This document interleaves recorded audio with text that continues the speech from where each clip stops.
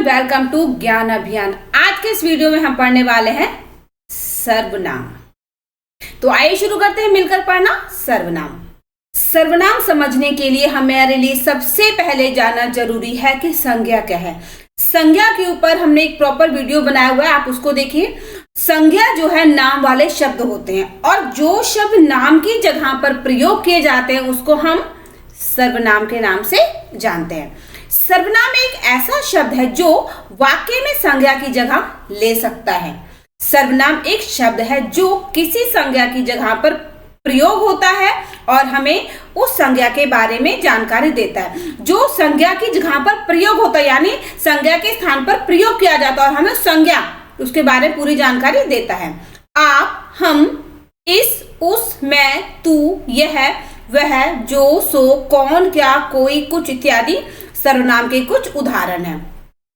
सर्वनाम का प्रयोग हमें वाक्यों को संक्षेप और सुंदर बनाने में मदद करता है, अधिक संवेदनशीलता प्रदान करता है।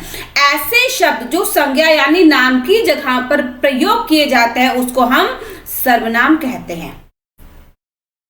जो नाम की जगह पर प्रयोग किए जाते हैं, जैसे मोहन स्कूल गया, मोहन ने पढ़ाई की, मोहन घर आ गया। हम बार बार नाम का प्रयोग नहीं करते, हम क्या कहते हैं? मोहन स्कूल गया, उसने पढ़ाई की, वह घर आ गया। तो उसने और वह क्या है? सर्वनाम है।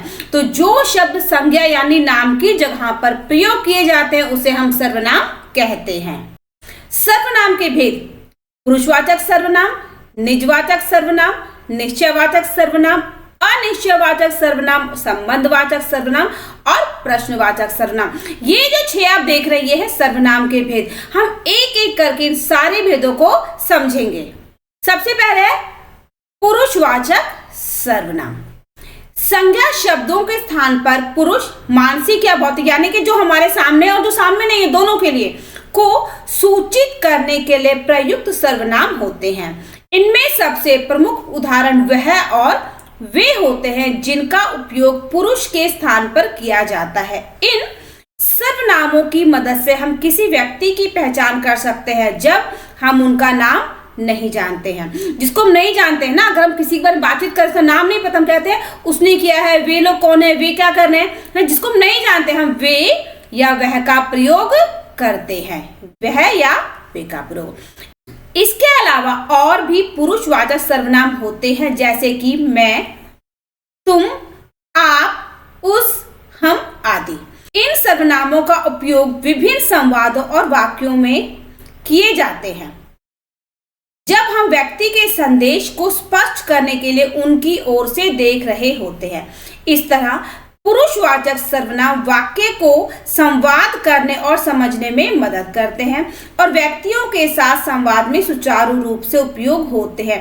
पुरुषवाचक सर्वनाम जो हम बात करने वाले, सुनने वाले, जो हमारे सामने जिससे हम बातचीत कर रहे हैं या फिर जो सामने नहीं है ना, भौतिक रूप से, मानसिक रूप से, जो हमारे सामने और जो सामने नहीं है, जब हम बात करते हैं तो हम वह, वे इन शब्दों का प्रयोग करते हैं और ये क्या कहलाते हैं? पुरुषवाचक सर्वनाम कहलाते हैं।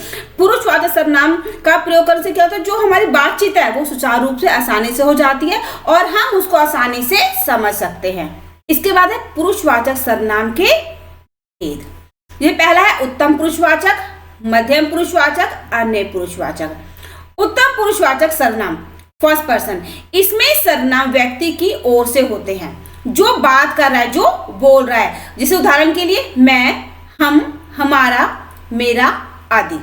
मध्यम पुरुष यानी सेकंड पर्सन, इसमें सर्वनाम व्यक्ति के साथी या उन लोगों की ओर से होते हैं जिनसे बात हो रही है। उदाहरण के लिए तुम, तुम, तुम्हारा, आप, आपने आदि। इसके बाद होता है अन्य पुरुषवाचक सर्वनाम यानी कि थर्ड पर्सन, इसमें सर्वनाम व्यक्ति के बाहर किसी अन्य व्यक्ति या वस्तु की ओर से होते हैं जिनसे व्यक्ति या वस्तु का संदर्भ बनाया जा रहा है। तृतीय भेद के उदाहरण सर्वनाम है वह, वे, उसका, उनके आदि।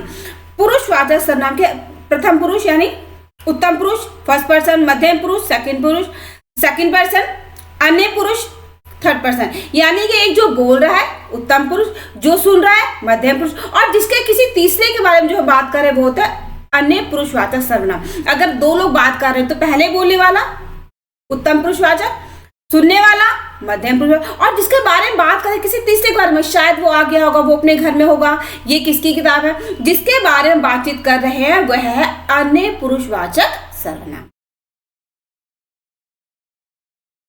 इसके बाद होता है निजवाचक सर्वनाम। निज यानी मेरा अपना, मेरा पर्सनल, जिनका प्रयोग वक्ता या लेखक स्वयं, स्वयं मतलब अपने लिए है ना, करते हैं। इस प्रकार वक्ता या लेखक जिन सर्वनाम शब्दों का बोध कराता है और अपने लिए जिनका प्रयोग करता है उन्हें हम निजवाचक सर्वनाम के नाम से जानते हैं। इसके लिए अपने, जो हम अपने लिए प्रयोग करते हैं वो है निजवाचक सर्वनाम। जैसे कि आप, अपने आप, निज, खुद, स्वतः, स्वयं। ये क्या निजवाचक जो अपने लिए प्रयोग करते हैं वो कहलाता है निजवाचक सर्वनाम। इसका उदाहरण समझते हैं। आप कहाँ जा रहे हैं?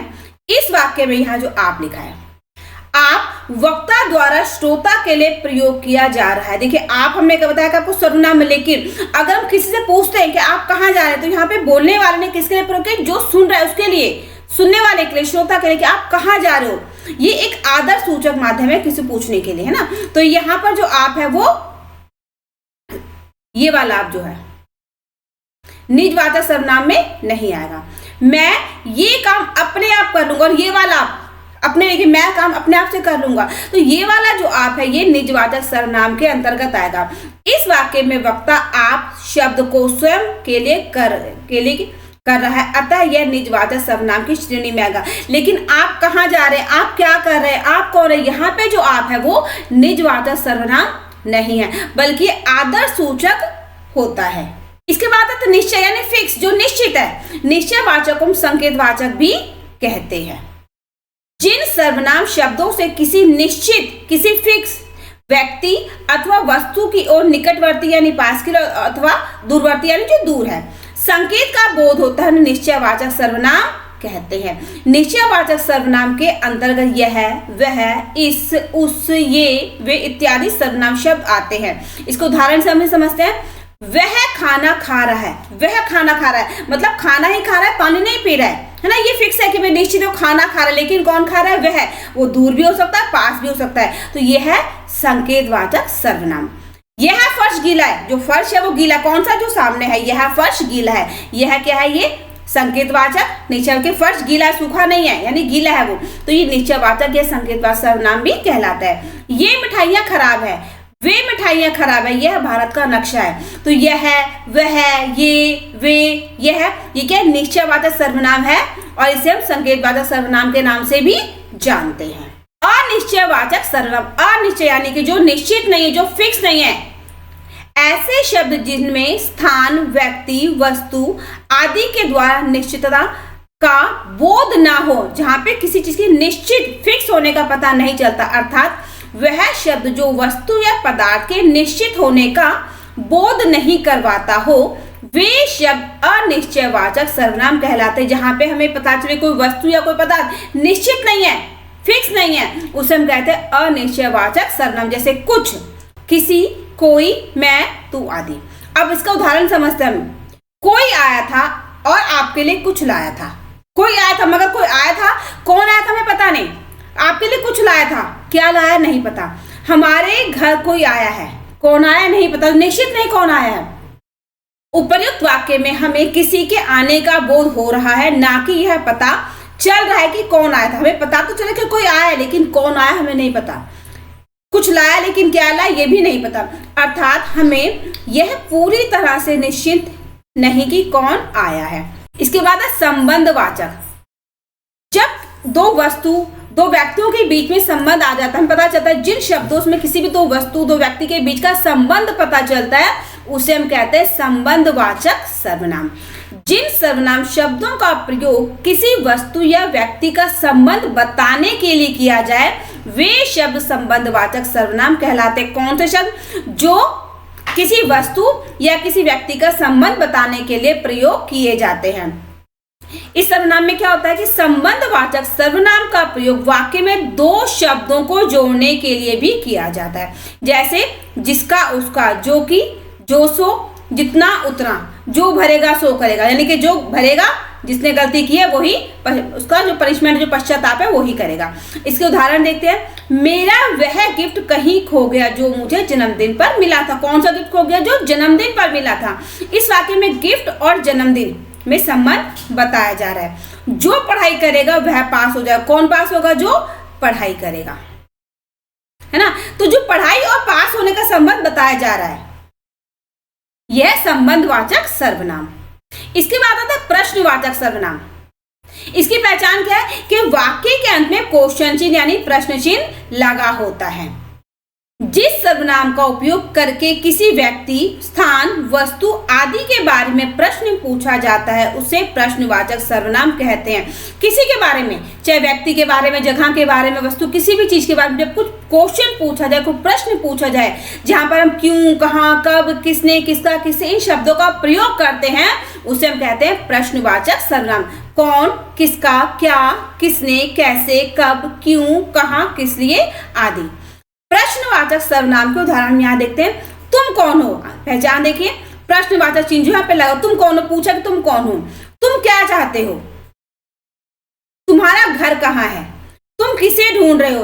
तुम कहाँ जा रहे हो? आप कौन है? आप क्या कर रहे हैं? आपको क्या चाहिए? आप कब आए? आप कहाँ गए थे? जिन वाक्यों के अंत में प्रश्न चिन्ह लगा होता है, क्यों, कहाँ, कब, कैसे, किसने, इन शब्दों का प्रयोग किया जाता है, वे कहलाते हैं प्रश्नवाचक सर्वनाम। ये हमारा QR कोड है, इसको स्कैन करके आप हमें सपोर्ट कर सकते हैं। अगर इस चैनल पर, इस वीडियो में आप नए हैं तो इसे सब्सक्राइब कीजिए, लाइक कीजिए। मिलते हैं एक नई वीडियो में एक नई चीज के साथ। तब तक के लिए गुड बाय।